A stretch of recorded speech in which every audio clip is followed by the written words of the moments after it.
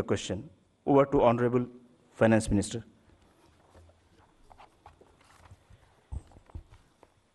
Thank you, and good evening to all of you all.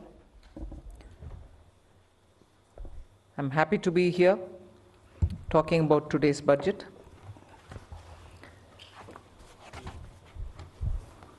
The budget actually says several things about our path towards Vikasit Bharat. It has invested in agriculture. It has certainly looked at rural prosperity, focuses on urban development, particularly looking at urban workers, and continues to lay emphasis on reforms. 6 specified sectors have been identified, and I spoke about it in the budget. Sectors in which we will continue our reform agenda. All this, even as we have continuously been engaged with the stakeholders, and interest of education and health has been prioritized. When we're talking about education, from a child in a daycare center, portion for women, lactating mothers, till the level of getting skilling done, and also for artificial intelligence and digital reading material for students and in school and colleges. Every aspect of education, and bringing in that dimension which is so critical for health. Daycare cancer centers, and making sure more medical seats are available. These are kind of things with which I'm trying to highlight. The approach in this budget has been pointed on areas which definitely need immediate intervention, outlays, and action along with the states. So Vikasit Bharat is not just being described. I've given you also what we mean by Vikasit Bharat, or what is it that we expect to achieve for Vikasit Bharat. So this budget actually has given you several things on which you can understand how this economy is being planned to take forward a route towards Vikasit Bharat. Secretaries have joined me. All of them would also come in to explain or answer and give clarity and so on. But one thing which I certainly would like to highlight is responding to the voice of the people, which is what Prime Minister Modi is known for in his administration. It's a very responsive government.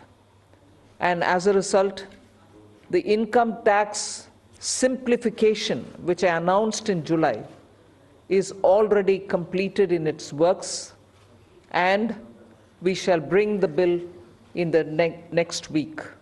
So the income tax simplification, about which in July budget I have gone in detail to say, the work is completed. Within 6 months is what I said. Within 6 months we brought the bill. It will be coming into the Parliament next week. So if we are talking of reform, inclusive of taxation, the work is done. This budget also speaks about rationalization in customs. Tariffs are being brought down, tariffs are being simplified, and also the basket which consisted of so many different tariffs for so many different commodities are now reduced. 8 were taken off earlier, 8 has been taken off now. So whatever remains now, 7 I think remains, and that is all about India's tariff picture. So the usual narrative which goes on, saying is India being too heavy on tariffs? No, you find that we've drastically reduced and also simplified. So this budget has so many things for all of us to talk about. The more important thing about agriculture, which performed very well during COVID and which has contributed to India's food security, the proposals which are mentioned in this budget actually talk about everything to do with beej to bazaar, literally from the stage of seeds, hybrid seeds, climate resilient seeds, seeds which can give greater output, seeds which are going to be high yielding, all this together to the final point of India becoming the world's food basket. That's the definition I put in when I was talking about Vikasit Bharat. So we are making sure that India's agriculture gets the support across the board, whether it is on seeds, whether it is for skilling the farmers, whether it is rural prosperity, whether it is going to have agriculture and allied industries being set up in rural areas, and whether it is going to be farmers getting better and more loan with interest subvention, not just farmers, fishermen, and also dairy, meaning animal husbandry. So the picture for rural development and the picture for supporting agriculture is across the board, and that has been narrated. The second thing which I would want to highlight is the continued emphasis that we're giving since vote on account budget, July budget, and now on the MSMEs. Whether it is giving them sovereign guaranteed loan, whether it is support during COVID, whether the definition being changed now for better, more inclusive growth in MSMEs, access to bank credit. So MSMEs have also been given greater emphasis. Together with this, I'd like to highlight the point that energy security has had greater attention in this budget. We've highlighted in July budget how even pump storage will have greater attention. Solar and wind and renewable energy has also been taking consistently good importance in our budgets. This time we are talking about the small modular reactors. I've also announced that there shall be 2 amendments, one to the Atomic Energy Act and the other one for the civil liability. All of this is going to help us attain energy security. Insurance sector's FDI limits have been enhanced. That is another important announcement. I'll end my opening statement with 2 things. There is no reduction in the public spending on capital expenditure. Let's put that up front. We continue to place emphasis on the multiplier effect that capital expenditure done by government has shown, has sustained us. We continue on that. And with all this, our fiscal prudence has aligned itself to the glide path that we announced in 2020-21. So we've kept ourselves in alignment. Fiscal prudence has been maintained. And the next year, coming years, estimate is also been given. Well under 4.5 is what we had said earlier. We are also projecting the same. So this is just as an opening statement. There's a lot more to say. But as you all ask questions, so shall we answer. Thank you. Thank you, ma'am. 225. 225. Mic, please.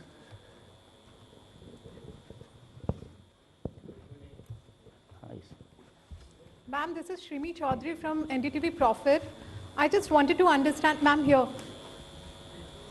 This. Ma'am, you said the new income tax bill will come next week. Will that be in the form of draft, and where you are also going to take stakeholder comments on that?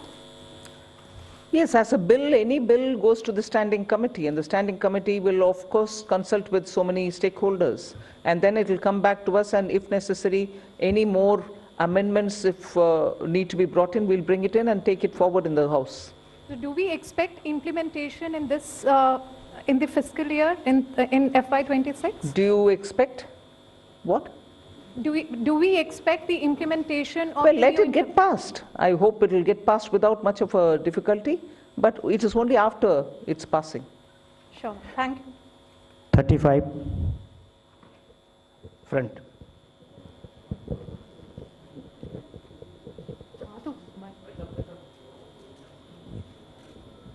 Ma'am, Timsi Jaipuria, this side from CNBC TV 18. As you said, this is a very responsive government, which is why government decided to give these tax rebates. But given the structure that you have announced, ma'am, up to 12 lakh is the rebate. Any reason why this rebate has been hiked from 7 to 12 lakh? Is it that the incomes or salaries were not growing up to the mark, which is why government thought that this rebate needs to be given? And also, how do you make up for this 1 lakh crore of revenue loss? Will it not impact the budget estimates? Where will you get this money from?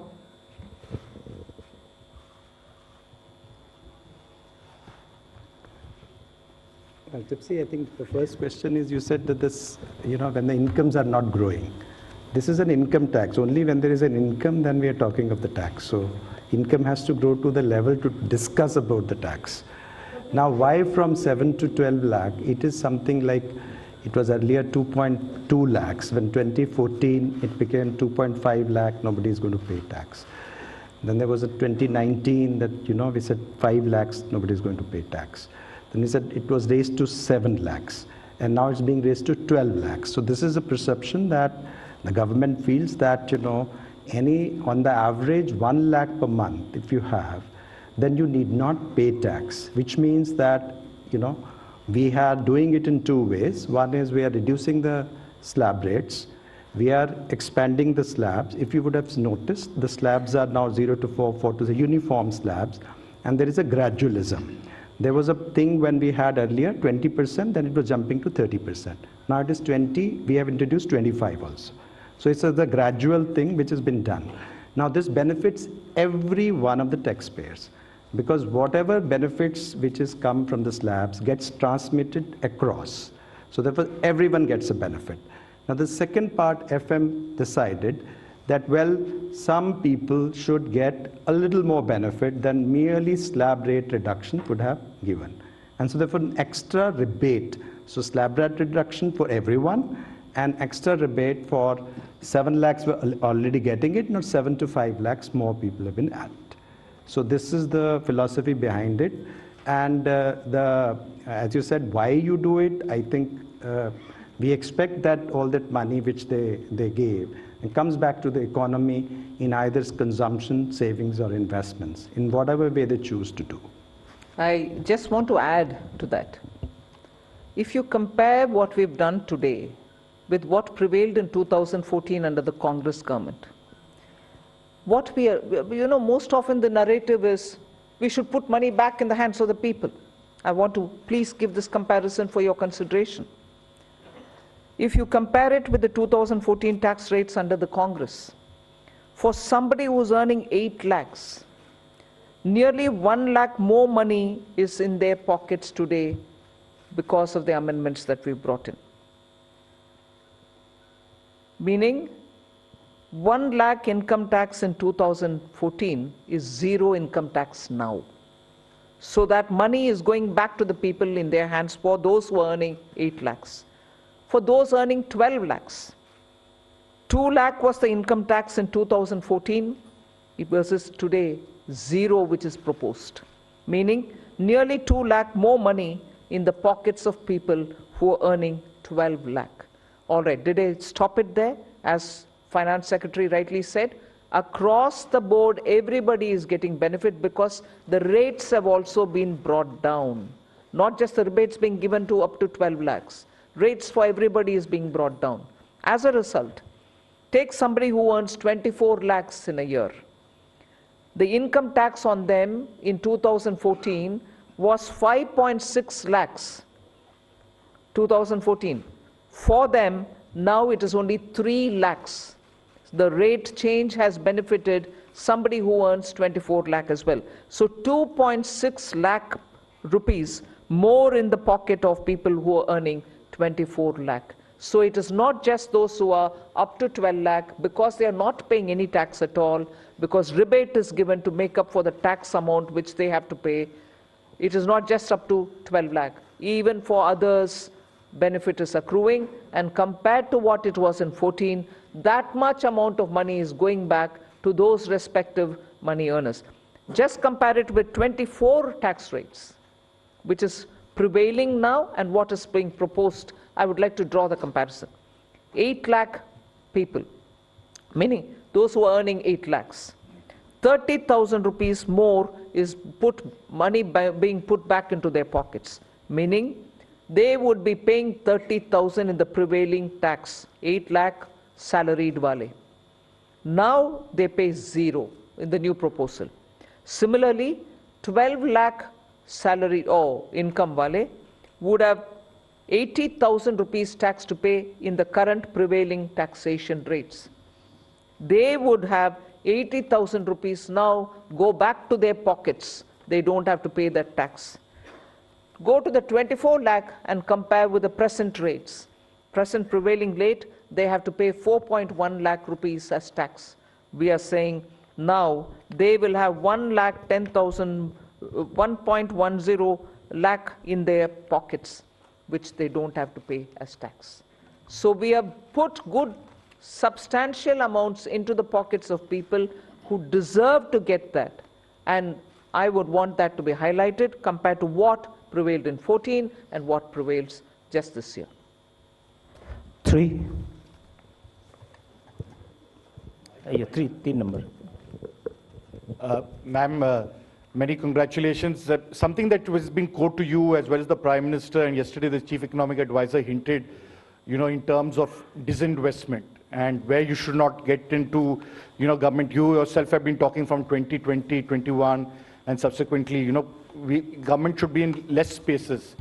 Has it been a strategy? Because I know you're committed to it, but last budget you didn't refer to it. This budget you have not referred to it. The target still remains there. Is there any impetus that you're going to do towards what has already been announced by the budget? For example, bank privatization of banks and others. That's one. And the second because that was unanswered, you're making it simpler, the income tax, and bringing a thing. Does this mean that you can now not necessarily all the time you can do it through a schedule or an executive order if you want to give some relief to a common man in the new income tax bill that you bring in?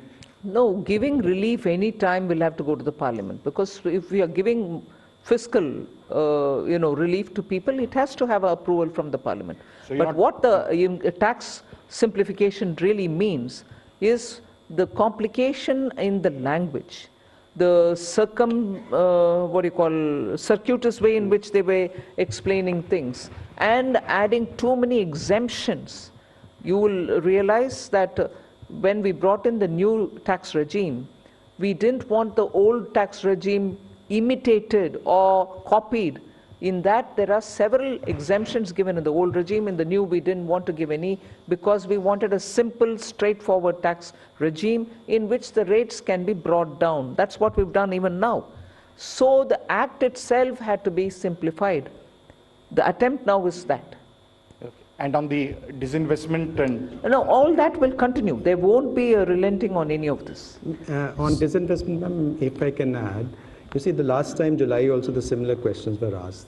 We have actually since then, a value creation strategy, which was actually well explained at that time also. There is no disinvestment target per se. Disinvestment and dividend are both looked at together, because both are money and money is fungible. And it has got 5 elements. The first element is that we are saying CPSC's performance. The second is we say that we should have communication of performance. The third we say that the capex of the CPSC, which is important, as you know, in terms of accelerating growth. The fourth is the consistent dividend policy. And the fifth is there is a calibrated disinvestment strategy. And the disinvestment also is there. The listing is a part of disinvestment itself. So if you really look at it, both dividend and disinvestment is about 80 to 90,000 crore per annum are being raised, but in a manner which are beneficial to the minority shareholders who are there in all our listed companies. 65, backside.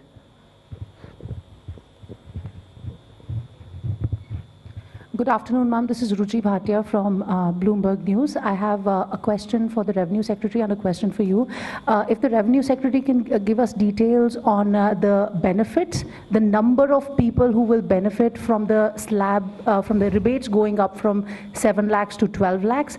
And the question for you, Madam Finance Minister, a lot of people say that while the absolute number for CAPEX has gone up, the pace of spending has gone down as compared to a few years ago. Is it telling of the institutional capacity in terms of how much CAPEX push can the government really do? And secondly, as far as a lot of analysts do say that the multiplier that CAPEX has is a lot more than the multiplier in the economy than that tax cuts have. What would you say to some of those concerns as well? Well, 1 crore people will not benefit between the 7 lakh and 12 lakhs. Meaning 1 crore more people will pay no tax. On the capex, I think there are two things playing out. One, of course, this particular year has had the elections happening, and because of that, both central government and state governments were catching up with investments, public spending on investments only from the second and the third quarter, so it showed. It's equally true that when fundamental requirements are taken care of, when you're bringing in additional overhead, there is a pace at which those additions happen. So it's not as if there is no thirst for capital expenditure, but now it will be at a pace in which you can build on each one of the developments that you've done prior. So it will continue. There are some departments which will need more. There are others who would probably reach a plateau, but expenditure will have to continue even in them. So the heads where the capital expenditure will happen will vary, but expenditure will happen in building assets.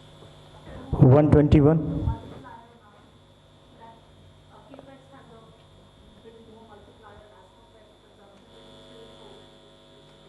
No, capex is also continuing. I have not foregone capex to give for revenue expenditure or consumption expenditure.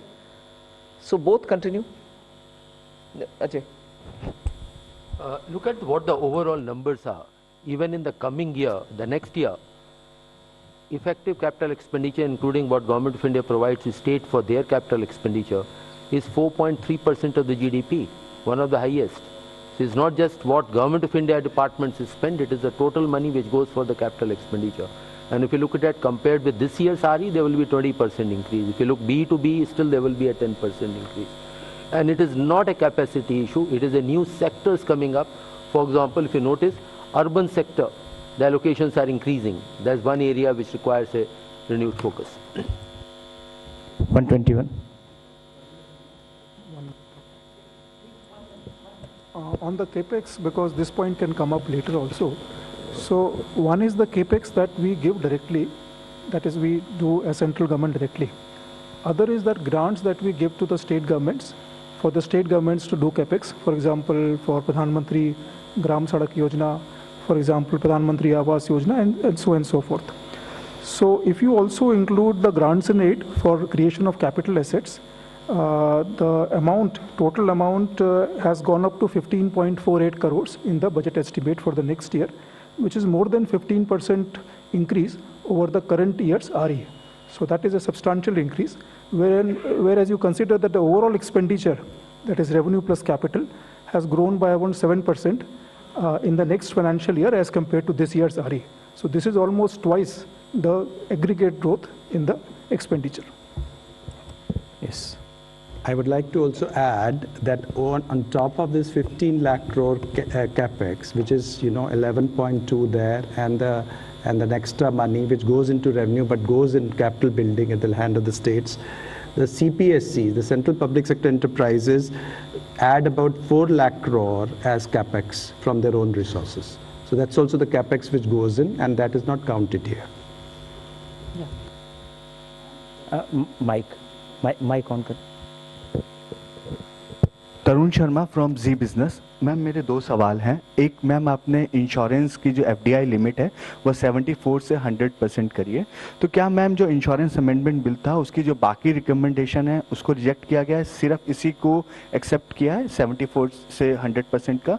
दूसरा ma'am, Moody's ने कहा है कि जो public debt है state और central का वो अभी भी 80% है, इस वजह से हम रेटिंग अपग्रेड इस बजट के अनाउंसमेंट के हिसाब से नहीं कर सकते. तो do you think is there concern for the on the public debt? Insurance? Yeah. See, now, presently the insurance is 74%.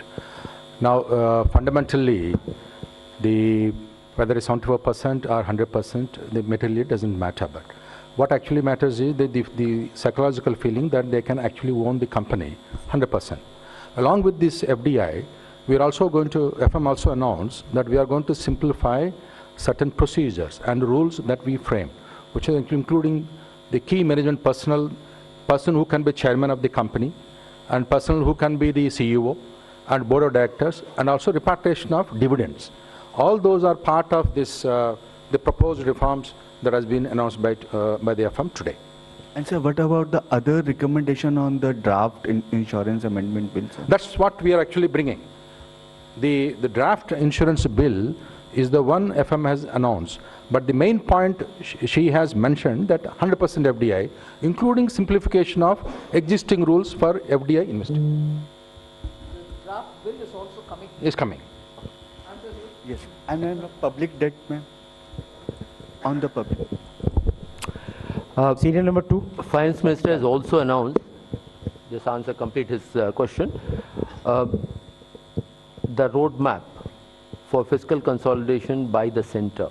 And please have a look at the FRBM statement, which carries the different scenarios, and over a period of next 6 years, how that will be brought down. Similar one, act has to be done through the state governments as well. So it is a process which is on. Number 2. Hello, नमस्कार ma'am, मैं आलोक प्रियदर्शी हूँ CNBC आवाज़ से। Ma'am, मेरा सवाल है कि middle class के लिए काफ़ी बड़ी राहत है, 12 लाख तक जो टैक्स छूट दी गई है। इसमें आपने बजट स्पीच में कहा जो कैपिटल गेन से लोग कमाई करेंगे उसको इसमें शामिल नहीं किया गया, उस पर नॉर्मली टैक्स देना पड़ेगा जो स्लैब के रेट से है। तो ज़्यादातर लोग आजकल मार्केट में इन्वेस्ट करते हैं, उनको लॉन्ग टर्म इन्वेस्टमेंट होती है, उनको कैपिटल गेन्स होते हैं कई तरह से, उनको बाहर रखने का, उनको केप्ट असाइड रखने का क्या रीज़न है, क्या उसके पीछे वजह बताएं? रेवेन्यू सेक्रेटरी उसके ऊपर ज़्यादा विस्तार से बोलेंगे। बाहर रखने वाले चीज़ नहीं है, इनकम का कैलकुलेशन कभी भी वैसे ही होता है, उसमें कैपिटल गेन्स का जोड़ते नहीं है। मैं स्पष्टता के लिए उसको जोड़ रखा है उधर सेंटेंस पढ़ने के समय। ये नया मेरा पद्धति नहीं है कि इसको अलग रखो उसको अलग। Income calculation in general is done without the capital gains. You want to explain it, please? Namaskar, I, Rajiv Kumar Singh, along with my colleague Archana Mishra, welcome you all to our continuing coverage on Budget 2025-26. You were listening to the Finance Minister. She's doing a press conference after the budget. In this segment, we are going to focus on sectors such as taxation, banking, infrastructure, and also talk about the highlights of other related sectors. We have an expert panel to make you better understand the proposals made by the Finance Minister Nirmala Sitharaman. We have B.N. Mishra ji, he is a senior in Indian Banking Association, and to his right is Rajat Bose. He represents Shardul Amarchand Mangaldas and Company, firm related to taxation, law, and other things dealing with the budget today. We hope to be joined by Ashutosh Dikshit. He's a partner in Deloitte, India. Both you gentlemen, the Finance Minister, you just listened to the Finance Minister. Let me begin with you, Mr. Bose. And as you are aware, today's highlight has been the tax rebate up to 12 lakh that the Finance Minister has announced in the budget. And then there were slabs, 4 lakh, up to 4 lakh nil, and then continuing from downwards there. In a common man parlance, can you explain that thing up to what income does one not need to pay any tax, and from where, and how does that slab fit in all those things? Okay. So from simply put, from a common man's perspective, if your income is up to 12 lakhs, you do not pay any tax, and that exemption from taxation is by way of a rebate. If your income exceeds 12 lakhs, then the slabs which have been prescribed, they will come into the picture. So let's say if you are earning 20 lakhs, it does not mean that till 12 lakhs you get an exemption and you only pay tax on 8 lakhs. That is not how it will work. Okay. If you earn 20 lakhs, the slabs which have been proposed, 4 lakhs, then 4 to 8 lakhs, then 8 to 10 lakhs, 12 lakhs, and so on and so forth, that will apply. However, if your income is 12 or less, then you get a benefit of almost 0 rather zero income tax. Okay, so there is a clause about the salaried class and the others. Other income meaning if your income is other than the salary, say you are investing into the capital market, then of course that income would be taxable. There is a special rate which is for capital gains that will apply, continue to apply. However, when you say salary, it is not restricted to salary. It also includes salaries and business profits up to 12 lakh rupees. But if you have any kind of capital gains by sale of shares, property, so that will be taxed in a special rate. Okay.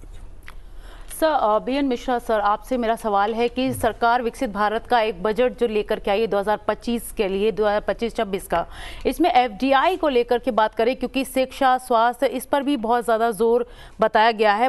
तो FDI 74% से 100%, ये बीमा क्षेत्र में खासकर, ये किस तरह से आप क्या इम्पैक्ट देखते हैं, किस सेक्टर में स्पेशली, और ख़ास करके आम आदमी से जोड़ करके कैसे देखें इसे?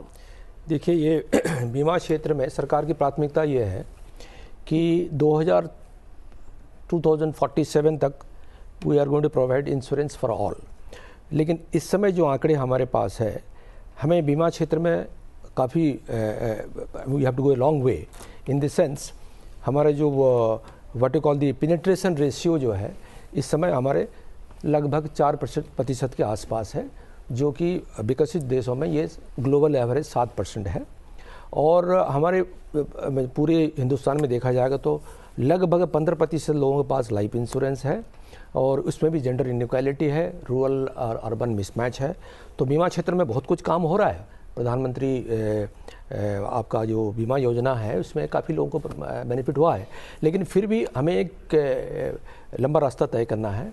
इसलिए अगर ये फॉरेन सेक्टर एफडीआई लिमिट जो बढ़ाया गया है, इससे will get capital and there will be investment on what you call the in the technology.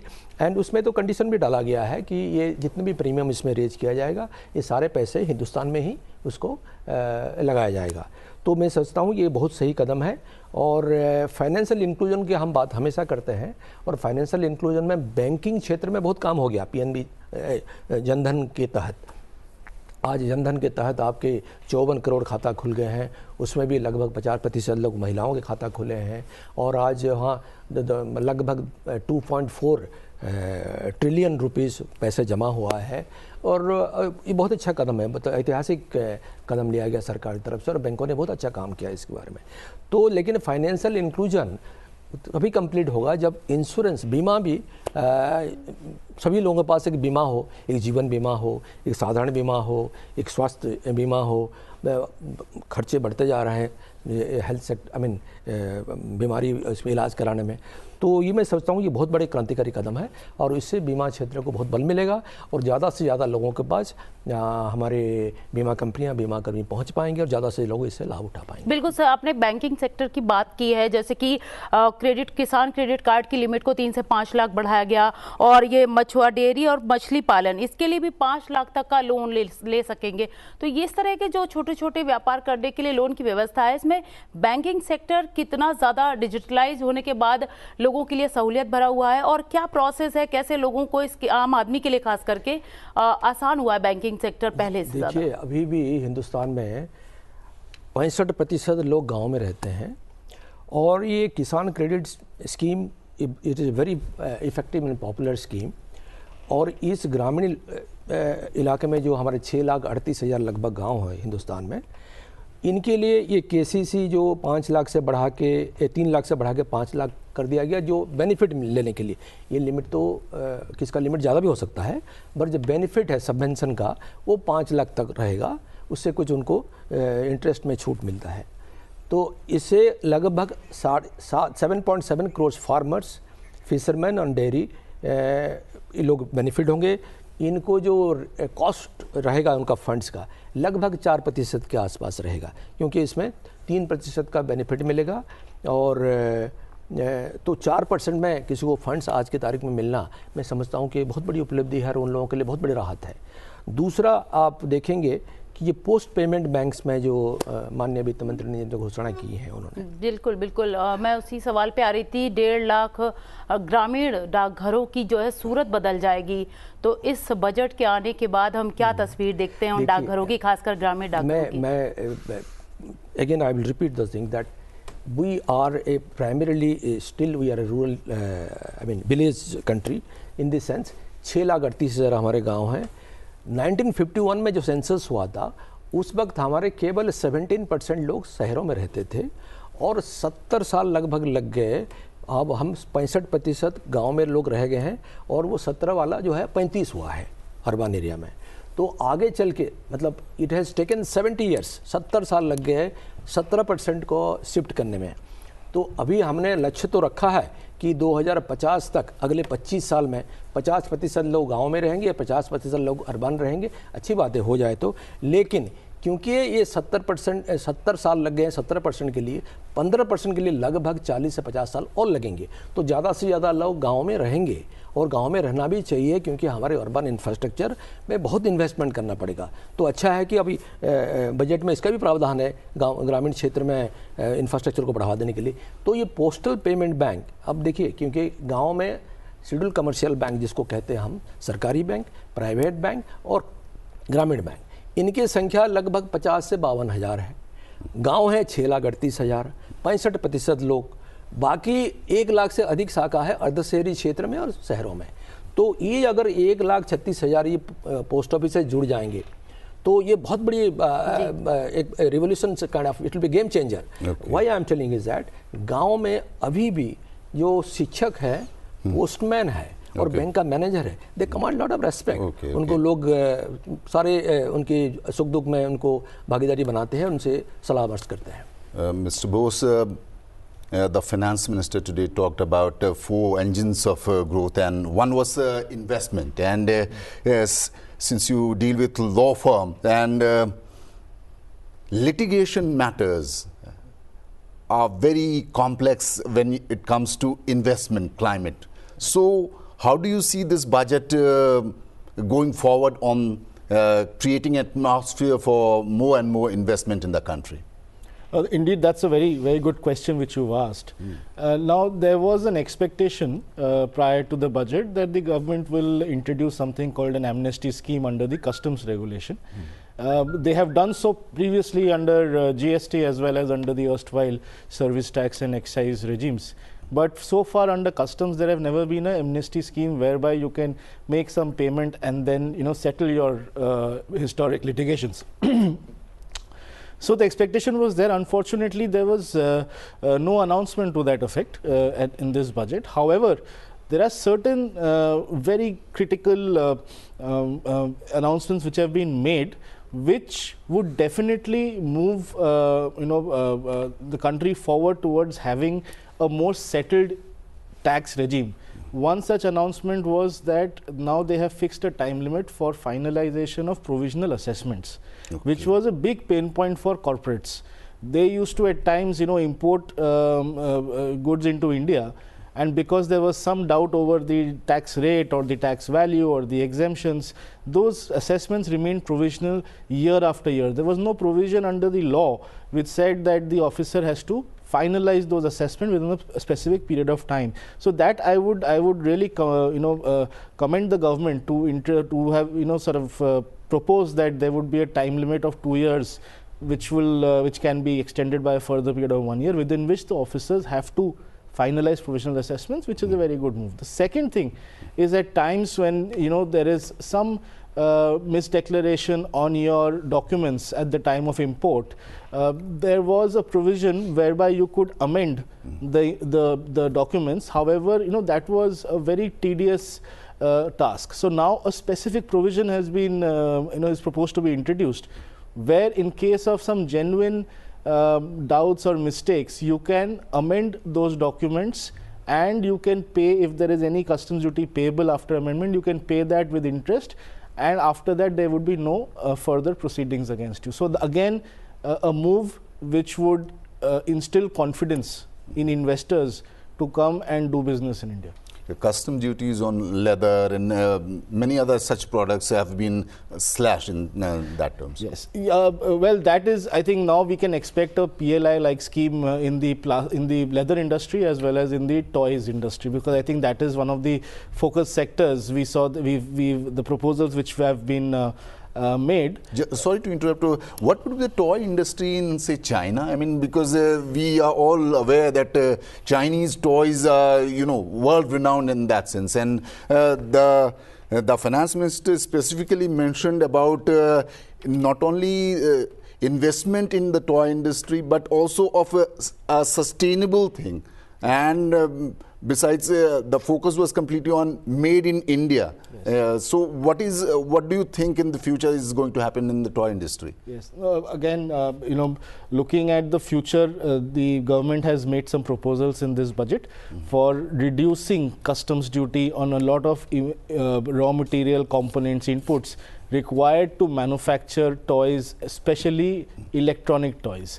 I think this is aimed at China to restrict or curb import of Chinese toys into India and make India a hub for manufacture of toys which can then be exported across the world. So from that perspective, I believe that we might shortly hear an announcement of a PLI scheme for the toy manufacturing sector as well. Okay. Mr. Mishra, most of the businesses are pretty small, needing very small finances like 8 to 10 lakh rupees, and then other we know that the Modi government has been focusing on that sort of there have been schemes that attract such section of society which needs small finances to do a business.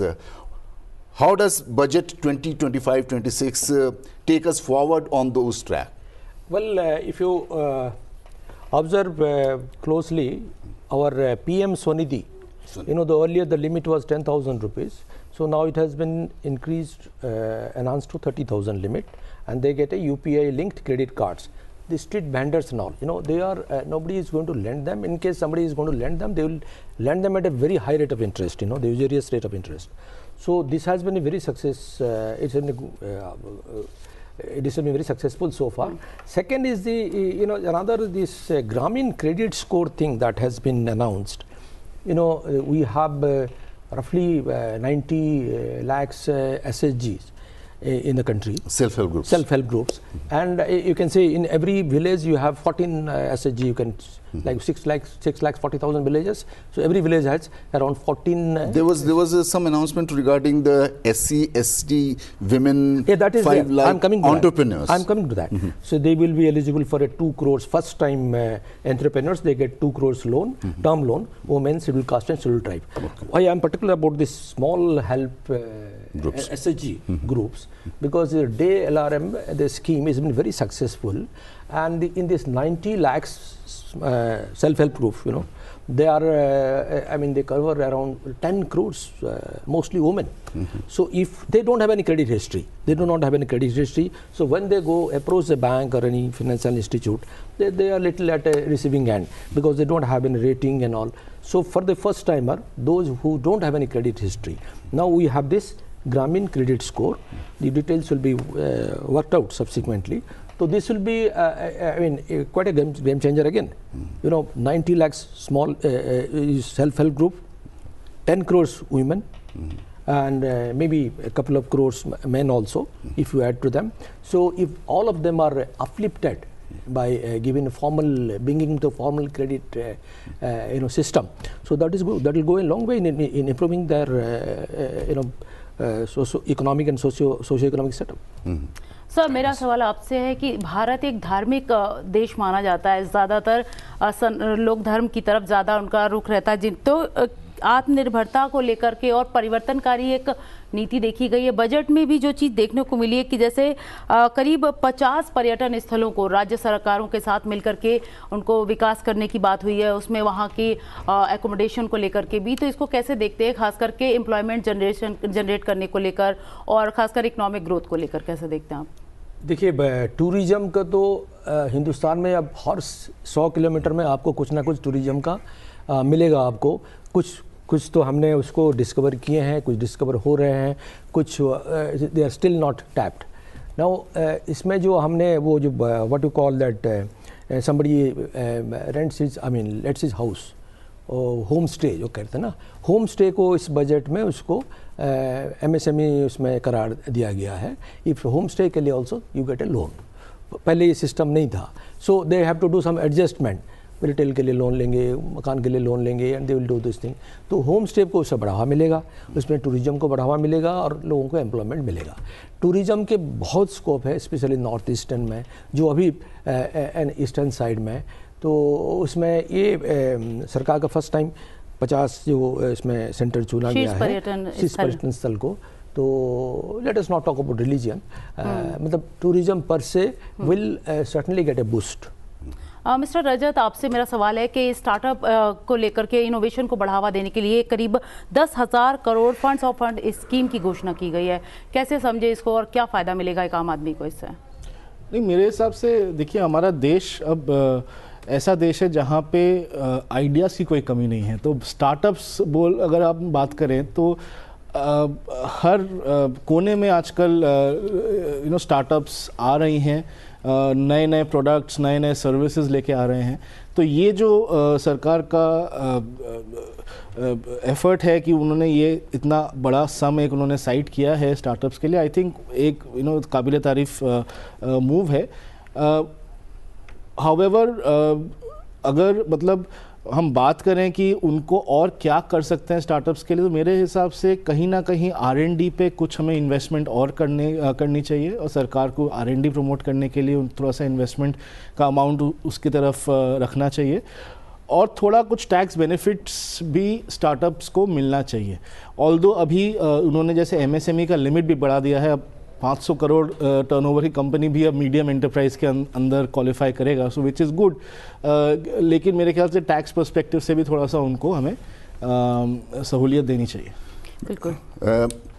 Mr. Bose, we were talking about before beginning this program, we talked about the domestic manufacturing base that India needs to create to cater to a population. If we really are targeting the Viksit Bharat by 2047, and how we need to take the 2,500 dollar per capita to 12,000 to be really a Viksit Bharat. So what do you see in this budget that proposes that we are really working on the manufacturing industry to grow, like to be competitive with China and on the one hand and the US in foreseeable future? I think this budget is one of the most impactful budgets in the last 7-8 years, and in fact we see a very clear roadmap towards at least attempting to achieve the Viksit Bharat goal by 2047. Now, why I say that is that there are many proposals in this budget which sort of bolster the manufacturing activities or try to push the manufacturing activities in India. One, if you look at the scheme of the concessions and exemption and customs duty, they have clearly reduced customs duties on a lot of inputs, raw materials, components, so that these are imported into India and used in manufacture of products which can then be exported out of India, as well as used within the country as well. Now what happens is that when you sort of propose these kind of moves, it will encourage companies to set up manufacturing entities in India. For example, let's talk about lithium ion batteries. Now they have reduced customs duty on inputs, etc. for lithium ion batteries. One very important change which they have proposed is reduction of customs duty on batteries of mobile phones. So now what will happen is that companies which are large corporations, they will be encouraged to set up manufacturing units of lithium ion batteries in India, manufacturing units of mobile phone batteries in India, which will in turn create jobs. It will create that that money in the hands of the people, so that they can sort of increase the consumption. And that is how I think the government wants to achieve the goal of Viksit Bharat 2047, which in my mind is the right way to go about it if it has to be sustainable, rather than just simply cutting duty rates on fine finished products. And to add to what our friend Bose has submitted, See, the MSME sector is getting increasingly associated with the government's agenda to bring about some kind of transformation there. In as much as we have more than 1 crore MSME units, registered MSME units, it has huge employment potentials, and they account for 45% of our exports. So the revised norms that have been announced today, it will bring more and more units to the MSME platform, and they will get the MSME whatever benefits are being extended. The investment limits have been enhanced. From micro, it is from now it is 1 crore to 2.5 crores, and the turnover becomes 5 to 10. Then for small, it is the investment limit is 10 to 25, and the turnover is 50 to 100, and medium 50 to 125 investment limit, and turnover is 250 to 500. So more units will get associated with this, and they will get the benefit. Okay. We are also joined by Ashutosh Dikshit. He is a partner in Deloitte India.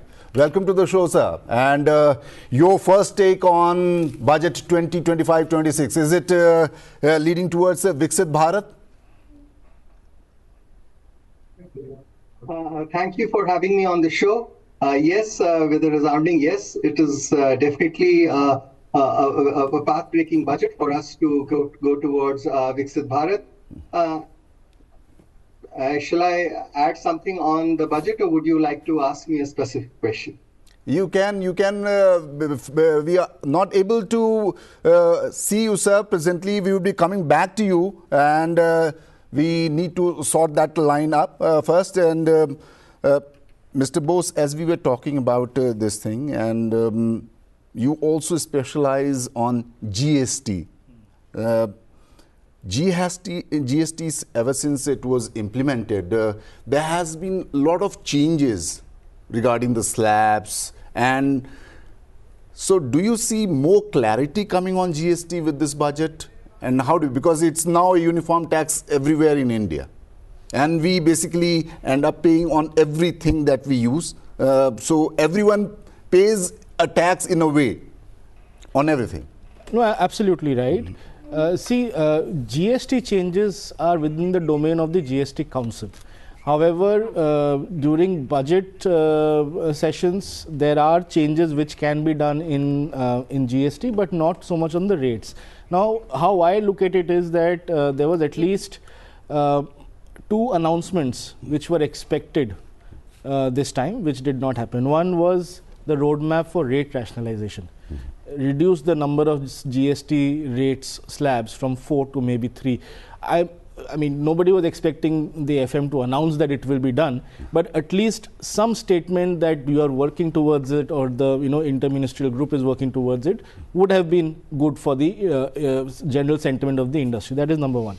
Number two, I think one of the major issues which today plague the GST system in India is that fuel is not within the GST ambit, which increases the cost of products, right? Because if your transportation cost, or if your other cost for running your factories increase, so obviously your finished product prices will also go up. Now, if fuel can be somehow brought within the GST ambit, that I would really feel that that is going to be a path-breaking reform. But one more thing on GST I would like to add, and as Sir was also mentioning, that how important insurance is in our economy, in our country, which is largely a rural based economy, where everybody needs to have health insurance or health coverage. I think the GST rate on health insurance has to be reduced. There is no question about it. This decision has been pending for the last 2 to 3 months. In the last GST Council meeting, some discussions happened. However, because I think there was some more homework or number crunching required, the decision was deferred. The industry was expecting maybe by this budget that exercise has been completed, but there is no announcement to that effect. But there is always a wish list when it comes to budget, and there would always be a wish list, and some of them are fulfilled, some don't get fulfilled. आप दोनों guest का बहुत बहुत धन्यवाद। चलिए अब आपको आज की एक खास तस्वीर दिखाते हैं। जब आम बजट पेश हो जाने के बाद लोकसभा में उपस्थित मंत्रियों और सांसदों ने बजट के लिए वित्त मंत्री का अभिवादन किया। लगातार 8वां बजट पेश करने के बाद प्रधानमंत्री नरेंद्र मोदी भी वित्त मंत्री की सीट तक चलकर आए और बजट के लिए उनका अभिवादन किया। बजट के बाद की ये तस्वीरें काफी कुछ कहती हैं।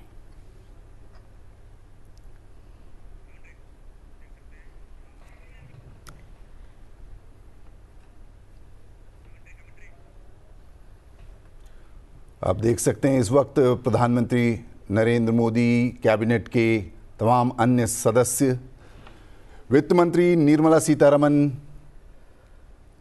के पास गए हैं और उन्होंने अभिवादन किया है वित्त मंत्री निर्मला सीतारमण का। बिल्कुल राजीव, वित्त मंत्री निर्मला सीतारमण ने अभिवादन उसी तरह से स्वीकार किया और कहीं ना कहीं ये खुले दिल से बजट को स्वीकार करने की बात है कि सरकार के साथ जो विकसित भारत के संकल्प के साथ सरकार आगे बढ़ रही है, उसका ये बजट जो 2025-26 के लिए वित्त मंत्री ने पेश किया है, उसको लेकर के कहीं ना कहीं एक खासकर मध्य वर्ग में आज एक उल्लास का माहौल है। और हम सब जानते हैं इनकम टैक्स में छूट दी गई है 12 लाख तक के। आप इन तस्वीरों को देख करके इससे क्या कुछ इससे आपको नहीं, जैसा मैंने कहा, मेरे ख्याल से बहुत ही अच्छा बजट है। It is towards the goal of achieving being a developed nation by 2047, definitely. And in many years, such budget has come, which actually focuses on the middle class and the lower middle income group. So really commendable job done by the government. Mishra ji, आपकी तरफ से FM started with our focus on the 4 crucial sectors, agriculture, investment, MSME, and export. So they are all these are sectors. They are the what you call the engines of any economy. And once you are trying to become Vikasit Bharat in the next 25 to 23 years or so. So I mean, we have no there is no shortcut. All these sectors we have to focus and try to bring about any the kind of transformation that is required. हमारे साथ guest zoom पर जुड़े हुए हैं आशुतोष जी। आशुतोष जी, आपसे comment चाहेंगे budget को लेकर के, क्या कहेंगे बजट 2025-26 के लिए? ये बहुत वेलकम बजट है विकसित भारत के लिए। और आपने इकोनॉमिक सर्वे में देखा ही होगा कि एक जो चिंता का विषय था कि भारत में पिछले कुछ साल में रियल वेजेस की ग्रोथ थोड़ी कम हो रही थी, जिसके कारण कंजम्पशन पे इम्पैक्ट था। तो वित्त मंत्री ने टैक्स जो रिलीफ दिया है मिडिल क्लास के लिए, that is a very welcome sign, because इससे कंजम्पशन देश में बढ़ेगा। और इसमें उन्होंने रिबेट्स दिए हैं जिससे कि 12 लाख तक की आय जिसकी भी है उसको कोई इनकम टैक्स नहीं देना होगा। उससे ऊपर की आय वालों को भी छूट मिली हुई है क्योंकि स्लैब्स उन्होंने एक्सपैंड किए हैं।